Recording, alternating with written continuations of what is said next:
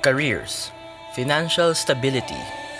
These are social constructs distracting us from unlocking the secrets of spirituality. Entities, psychic abilities. What happens when we die? Me, I have faith that the world is stranger than it seems. Being fired from my job, I took it as a sign to pursue my mission. Document proof of the paranormal on film. That's why I hired a film crew. On the promise na babayaran ko sila pag nanalo na kami sa Cinemalaya. This is Warehouse Soap.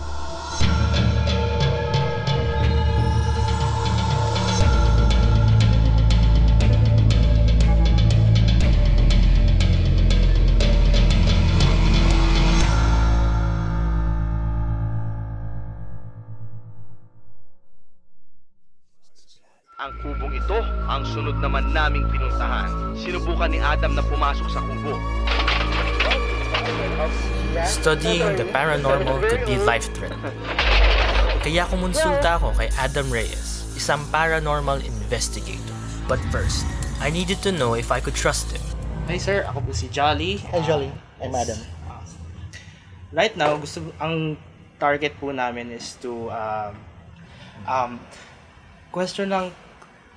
May mga times I wanna ask siguro a good question would be, what is paranormal? In the simplest form, Yes. without using technical terms, the paranormal refers to anything and everything which has yet to be understood and explained by science. I see. So anything above and beyond what is considered normal, that's the only thing you can call it paranormal. Can we just quick exercise lang, if you don't mind? Kasi sometimes we've all experienced wet dreams. Can I just draw something? Okay. Yeah. Can I just Alright. kasi I'm curious lang na para kasi I have this image lagi na napapanaginipan ko na usually nag-a-appear siya sa nightmares ko eh. Ano yung mumu ba yan? So let me just give you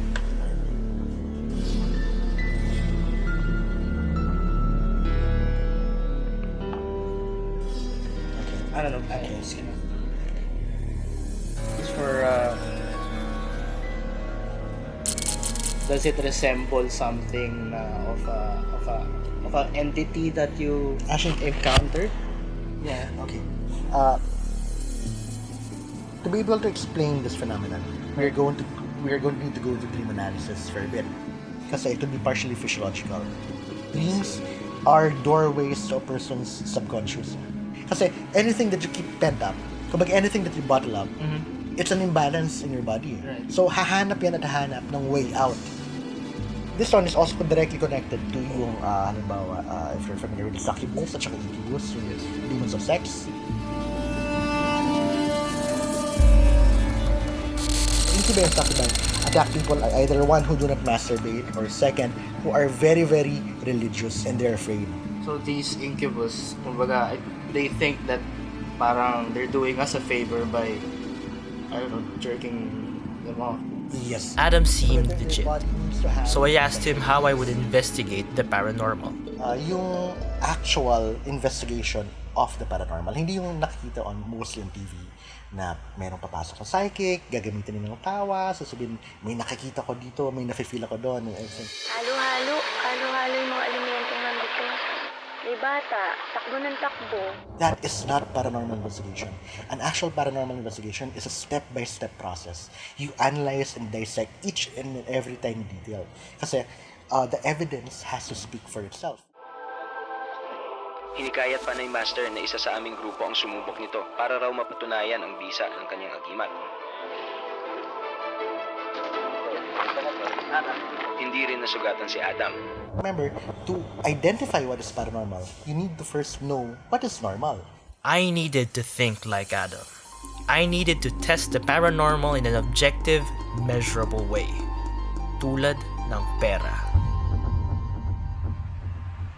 Ang pinakasikat na pamahiin tungkol sa pera ay ang pamahiin ng nangangating palad.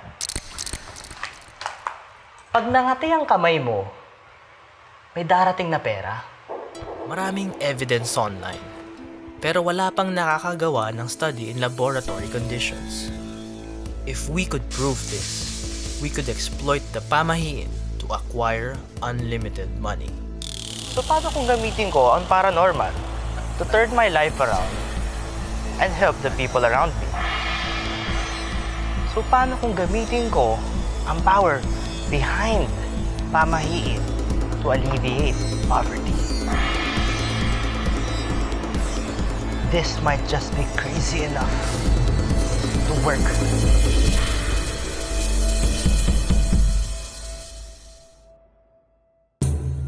According sa pamahiin ng nangangating palad, saswertehin ka sa pera pag, first, naturally, nangati ang palad mo. And second, naturally, kinamot mo ang palad mo.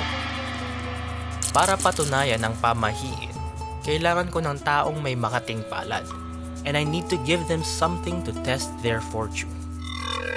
Pero dapat hindi alam ng subject na it's an experiment, or else it won't be natural. That's why I infiltrated an eczema support group and invited someone over. Hi, welcome sa documentary namin, and kasama ko si Mia, and we're gonna be talking about eczema. Under the guise that we're doing a documentary about eczema awareness. Bago tayo magsimula, gusto ko lang tanungin right off the bat lang na is eczema innately contagious or nakakahawa po ba siya? Kasi yung eczema, galing siya from genetics or hereditary. In your case, is it, does it run sa family Yes, nyo? yung family ko kasi meron ng history ng eczema or skin asthma. Were there any insecurities? Kumbaga, nagkaroon ka ba ng insecurity? Nung talaga, nahihiya pa ako. Especially nung flare-up time ko. Nahihiya akong lumabas kasi parang yung tingin nila, ano yan, diba? Parang, ano bang meron sa akin? Tapos tinititigan ko na lang din sila. Yun.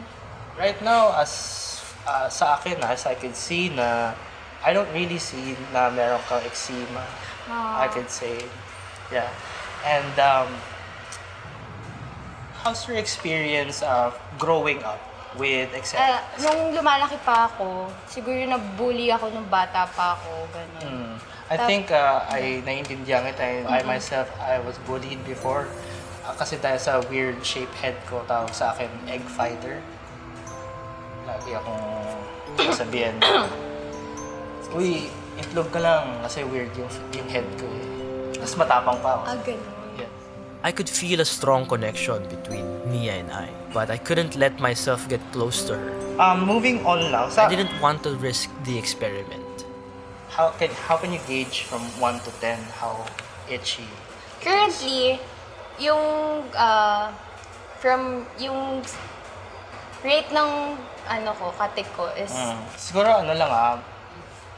gusto ko lang i-gauge kung saan, for curiosity lang, kung saan Makati, kumbaga from here to here, saan dito ba Makati or bababa ko lang to sabihin ko lang dito Makati or sa level ng body mo somewhere ngayon, here. ma-itchy yung sa dito ko banda kasi Right may here. pawis ako eh. Is it throughout your body or saan? More on legs ngayon. More on legs? Yeah. How about sa palad mo? Hindi siya sa outer skin eh.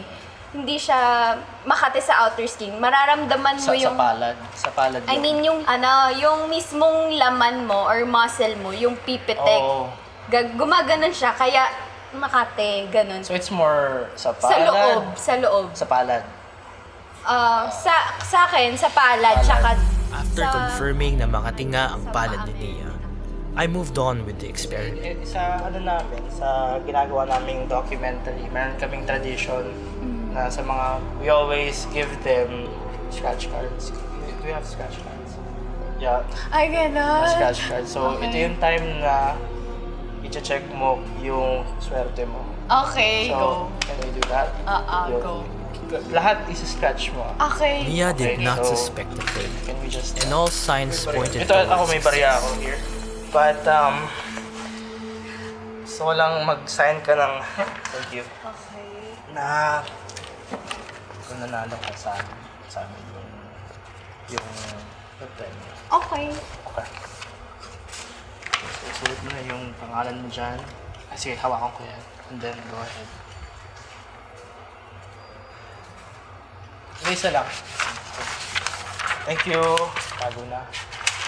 Okay, so, bibigyan na namin sa ito. Feel free to scratch everything. And, yun, Okay. yung gusto na namin makita kung swerte ka.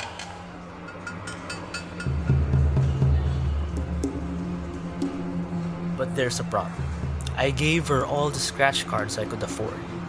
Pero walang nanalo ni isa. Okay, thank you, Dia, for joining us. Thank you. What am I missing? But the problem is, the method itself is flawed. Totoo ang pamahiin. Pero maybe my method was flawed. I realized I need someone na hindi pa nangangati ang kamay and find a natural way to induce itchiness. I need to make sure that this is going to work this time. So I went back to Adam Reyes. Is it an effective method? Let's say I go out and find some person and then get this na antique po and then have them bite their own hand and then have it scratched. Is that an effective way of testing this? It would all depend on what you're trying to test. Kasi ako, ang personal stand ko on superstitions. If the superstition makes you a better person, if it doesn't harm anyone, and if it is a personal belief na hindi mo pinipilit sa ibang tao, then by all means, go ahead. After Adam gave As long the as you're go not trying signal, I immediately went to work. Mahirap maghanap ng willing magpakagat sa kamay, except if you need the money. I don't have a job, and nauubos na ang pera ko for this documentary, so I could be the perfect candidate for this. But I'm trying to avoid bias, kaya naghanap na lang ako ng mga iba pang nangangailangan. Magandang umaga po, Manong Salvador. Unang sa lahat, gusto lang namin kayo makilala. Tanungin lang namin kung ano po yung trabaho niyo. Isang pedicab boy lang ako. Hindi lang po kayo yung pedicab driver, nag-ano rin po kayo, nag-aayos din kayo ng mga kanal, gano'n. Hindi lang dapat naghihirap si Kuya. He needs to be desperate enough to do this. Bale, naglapag po ako ng pera sa bale meron tayong 100, may 50, may 20, may 5 piso. Alin po dito, kung papipiliin kayo, alin dyan po yung kukunin nyo? Ay, dito na lang tayo sa mababa. Yung piso po? Oo. Bakit piso yung kukunin nyo? Kasi kung minamadali mo yung dito, walang kwenta. Kasi parang gusto mo yumaman ka agad, hindi ganun. Ito, pag pinili ko. Yan na po, yan ang pipiliin nyo. Oo, makakaabot na to hanggang maghapos. So, masasabi nyo po ba na kailangan nyo po yung pera na yan? Kailangan nyo po siya? Wala naman sasabihin sa'yo na hindi niya kailangan pera. Totoo. Malaking kalokohan po yun. Things are finally moving in the right direction with Kuya Pandoy. Bali po, kumbaga, yung pamahiin na pag nangangati yung kamay mo, papasok ang pera. Naniniwala po ba kayo? Niwala ko dyan. Okay Talagang hindi mo alam kung magkakapera ka o anong bagay yung dadating sa'yo. Pero yung swerte nandun. Kasi nung minsan nangyari na rin sa kanya na sabi ko, Tol, katin ng kamay ko Ba't ganun? Sabi niya, sabunin mo lang yan. Baka may bacteria lang kayo, lagyan mo alcohol. Hindi, makati talaga. Sabi ko, ganun. After spending a lot of time and money to this project, will this be it? Sa ganito pong pagkakataon, gusto lang po sanang magkaroon ng pag-experiment ba? Mag-experimento muna tayo. Meron po ako It's time to introduce him to my friend Anthony. antique dito na ang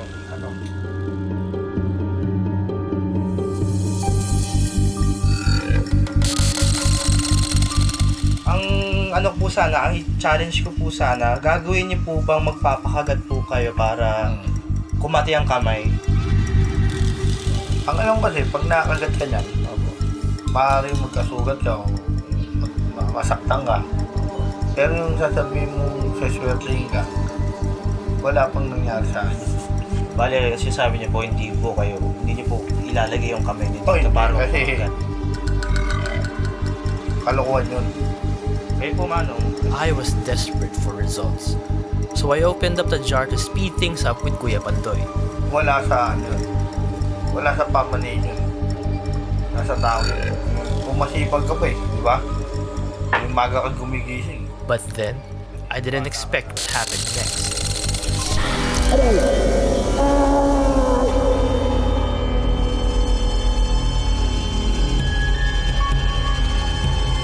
Ba't kasi nawakan niya? Hindi ko kasi nawakan niya. Dapat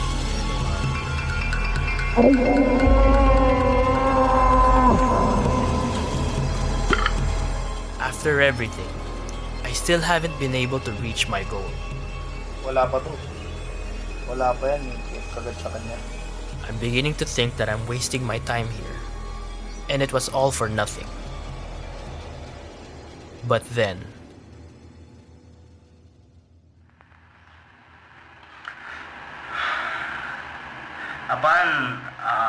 Upon waking up,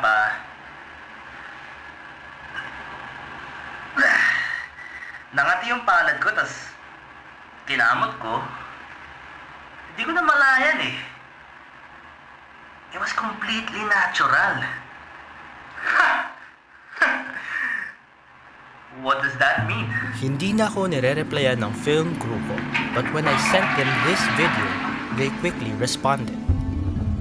Anthony's bite was a blessing in disguise. Nangati ang palad ko kagabi. Maybe Kuya Pandoy was right, and I was measuring the wrong thing. Maybe it's time to measure my luck.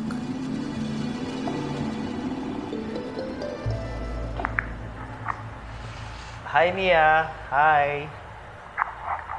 Kamusta? Okay naman ako.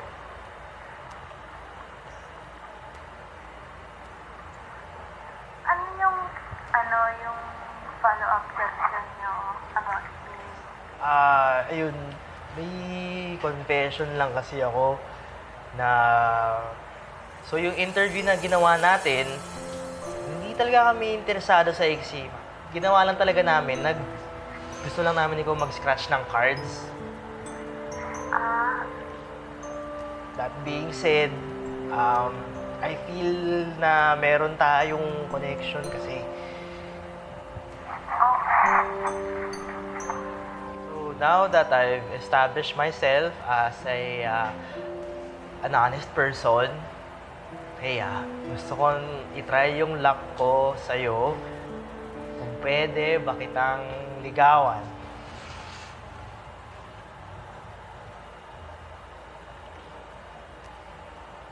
Ano kasi may boyfriend na ako? Sa lugawan. Ininaya kita sa lugawan dyan sa amin. As friends, Tignan ko sa schedule ko. Ayun, sige, bye-bye. Kaya.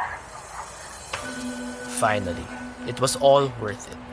I made a friend. All thanks to the pamahiin ng nangangating palad. Mission success.